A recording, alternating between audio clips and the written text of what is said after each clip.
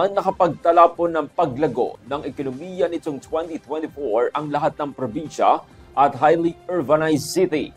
Sa Calabarzon, kumpara noong 2023, ayon po yan sa Philippine Statistics Authority. Pinakamabilis po ang pag-angat ng Batangas na umabot sa 6.7%.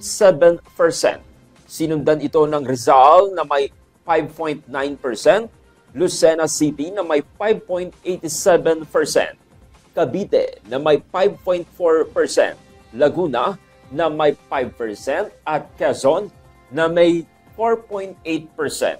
Sa kabuuan, 4 sa 6 na ekonomiya sa rehiyon ay services-based, kabilang na ang Cavite, Quezon, Rizal at Lucena City. Samantala, industry-based naman ang Batangas at Laguna kung saan nangingibabaw ang sektor ng manufacturing, construction at energy production. Ayon naman sa PSA, patunay ito ng patuloy na sigla ng ekonomiya sa Calabarzon na isa sa mga pangunahing rehiyong magtutulak ng paglago sa buong bansa.